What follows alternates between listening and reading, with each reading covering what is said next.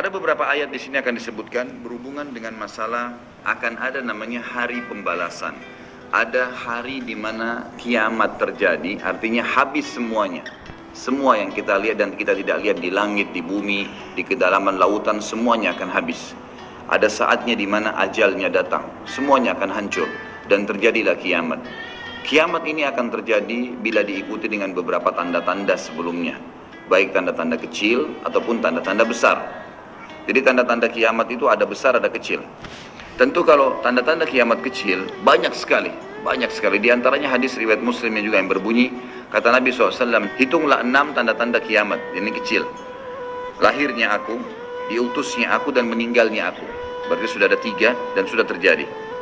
Kemudian akan tersebarnya penyakit taun, dan ini sudah terjadi zaman Umar radhiyallahu anhu.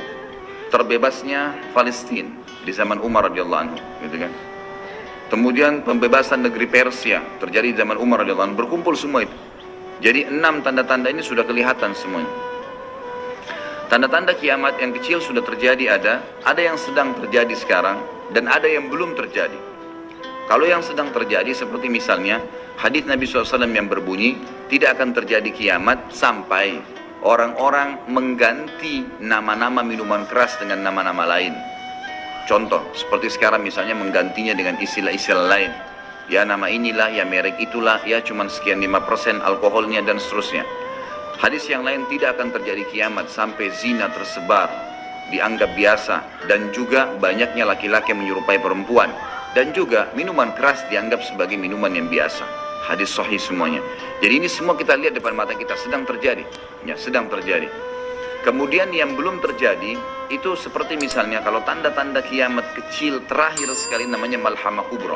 Peperangan besar antara kaum muslimin dengan orang-orang Nasrani. Yang ini disebutkan panjang lebar dalam hadis Bukhari, lebih dari 3 lembar kalau tidak salah. Hadis ini berbunyi, kata Nabi SAW, kalian akan bersatu dengan Bani Asfar. Bani Asfar ini sebenarnya lebih tepatnya orang-orang Rum, ya, orang-orang Nasrani. Mereka akan bersatu, kalian akan bersatu dengan mereka untuk memerangi satu kaum, tapi tidak disebutkan kaum ini siapa. Yang jelas kita akan bersatu satu waktu dengan kelompok-kelompok Nasrani ini, kemudian kita bersatu memerangi satu kaum. Allahu alam siapa mereka. Sebagian ulama berijtihad mengatakan komunis, ada yang mengatakan kapitalis, dan segala macam istilah, tapi kita beriman bahwasanya itu akan terjadi.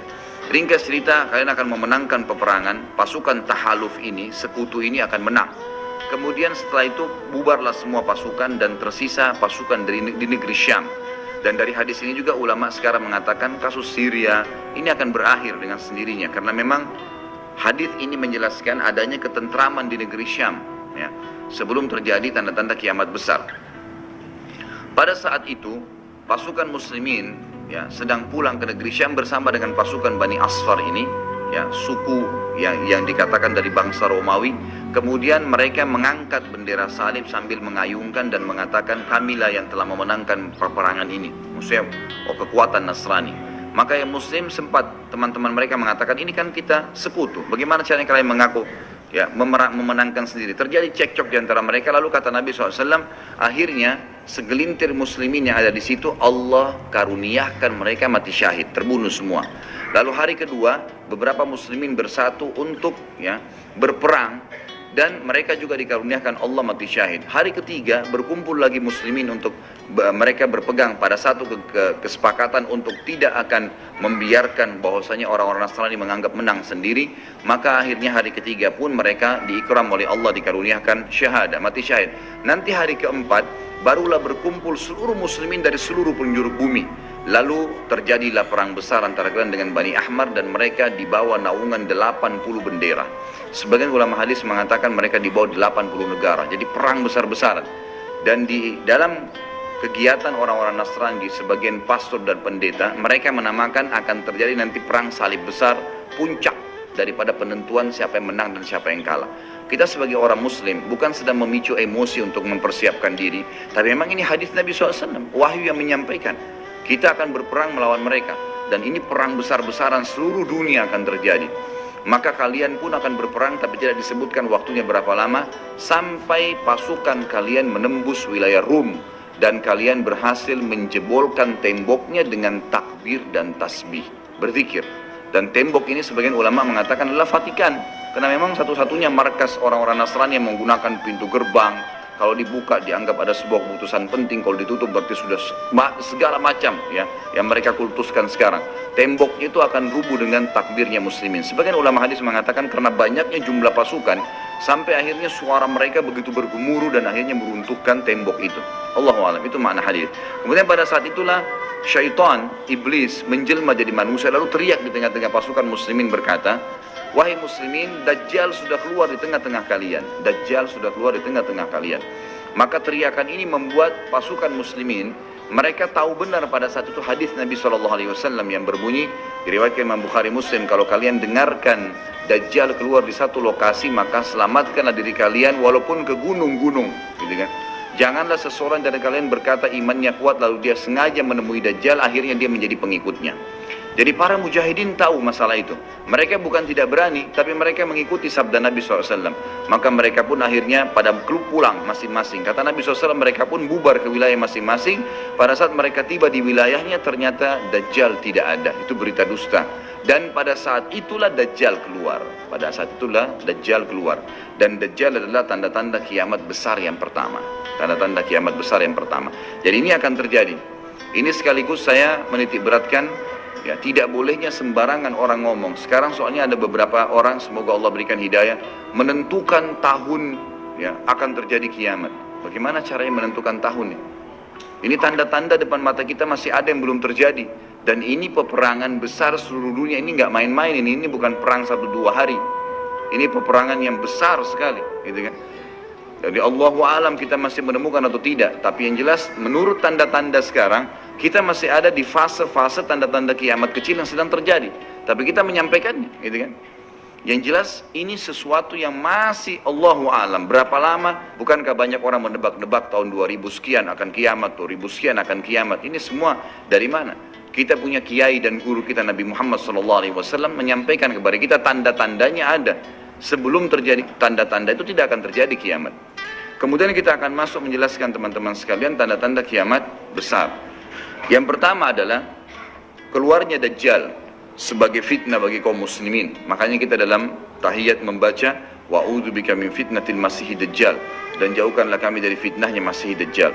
Yang kedua adalah sementara Dajjal membuat kerusakan di muka bumi, maka akan keluar Mahdi, yang kata Nabi SAW akan keluar seseorang yang sama namaku, Muhammad bin Abdullah, dan dari keturunanku, dari kota Madinah. Jadi kan sebagian ulama hadis mengatakan ini kemungkinan dari turunan Hasan. Yang ketiga akan turun Nabi Isa alaihissalam. Pada saat pasukan Mahdi sudah sampai di masjid ya, Menara Putih. Kemudian setelah itu, setelah Isa alaihissalam ya, datang turun kemudian memerangi Dajjal, datang tanda-tanda hari kiamat. Yang keempat adalah Ya'juj wa Ma'juj, dua suku yang dari anak Adam diciptakan oleh Allah Subhanahu wa taala, tapi mereka berbeda dengan kita. Mereka sangat beringas, memakan semuanya, dan mereka akan membuat kerusakan, membunuh semua yang ditemui. Kafir, beriman, tidak ada urusan. Selain mereka akan dibunuh. Ringkas cerita, mereka akan buat kerusakan dan Allahu a'lam berapa lama di situ.